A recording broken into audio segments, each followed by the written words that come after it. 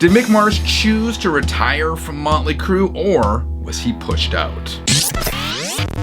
Hi, my name is Frank. Welcome back to Channel 33 RPM, your channel for vinyl gear and more. Now, this is something I have been thinking about for a while, and John Corabi poured fuel on that fire this week. So quickly, some background. Back in October, Mick Mars's representatives issued a statement saying that the founding guitarist would be retiring from his role in touring with Motley Crue due to his ongoing health issues.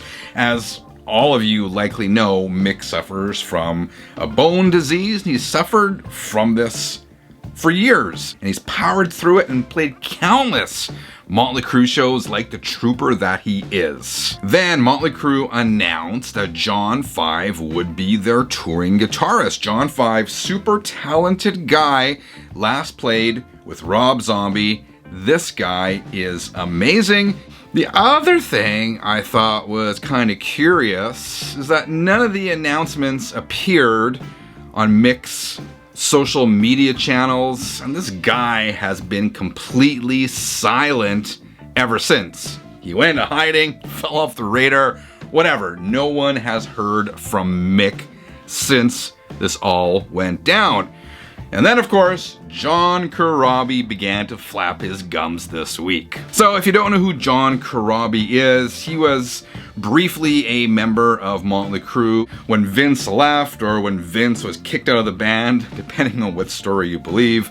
They hired John Corabi, and John appeared on the 1994 self-titled Motley Crue album, and then he started working on the Generation Swine record before Motley Crue management was like, you know what guys, this is going nowhere, it's time to bring Vince back. So check this out. During an interview with the Life in the Socks podcast, this is what Corabi had to say. He said, referencing that statement about Mick retiring, Corabi said, "That statement that we all heard was put together by Motley and their people, and I'm not totally sure I believe what they are saying." So I gotta stress, this is Corabi speculating.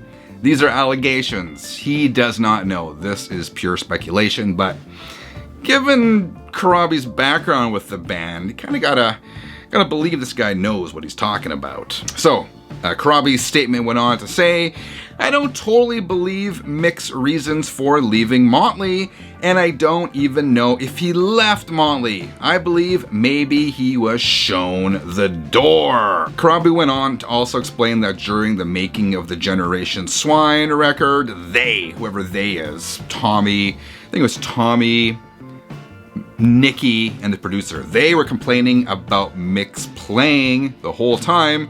As a result, there's actually Corabi who played most of the guitars on that record. It wasn't Mick. As has been widely reported, Mick Mars has not played on a Motley Crue song in years. DJ Ashba, I think that's how you say his name, DJ played on a whole bunch of Crue releases, including the new songs on Red, White, and Crue, and he played on the entire Saints of Los Angeles album. And John 5 played on the most recent Motley Crue songs, the new songs from the Dirt soundtrack. So Mick hasn't been involved in the studio, as I said, for decades. Corabi, in the same interview, also speculated on why Mick Mars has been so quiet lately. This is what Corabi had to say. "I don't know if he's embarrassed, maybe he's angry, and maybe he's being told not to say anything to anybody. Maybe there's gonna be a lawsuit. I don't know, but I just know how those guys operate." So here's the thing, Mick was not in good shape last summer during the stadium tour. If you were there, or if you saw any of the videos, it was pretty obvious. Mick, again, due to his ongoing health problems, is not very mobile. He was actually sitting down for some of the songs. And that doesn't really fit the image well of the world's most notorious rock and roll band, which is what Motley Crue likes to portray themselves as. The world's most notorious rock and roll band can't have a guitarist who can't walk, looks frail. Again, me speculating, who knows, maybe the management, maybe the guys are like, I don't know if this is working anymore. I mean, Tommy is what, 60 years old, but he acts like he's 14, and he still tries to portray this youthful image. Same with Nikki. So who knows? And as I said, John 5 is an excellent guitar player. Nothing against him whatsoever. But if these allegations are true, and again, they are just allegations, dumping Mick the way they did would be absolutely lame. It would be almost as lame as Motley Crue signing a contract saying they would never tour again, only to tour again 5 years later. What do you think? Did Mick leave the Crue willingly? Will you go see them with John 5? Let me know in the comments. While you're at it, check out my ranking of Motley Crue's releases from the 1980s. I know some people weren't crazy about where I placed Dr. Feelgood on my list. Judge for yourselves. Thank you for watching. Until next time, keep on spinning.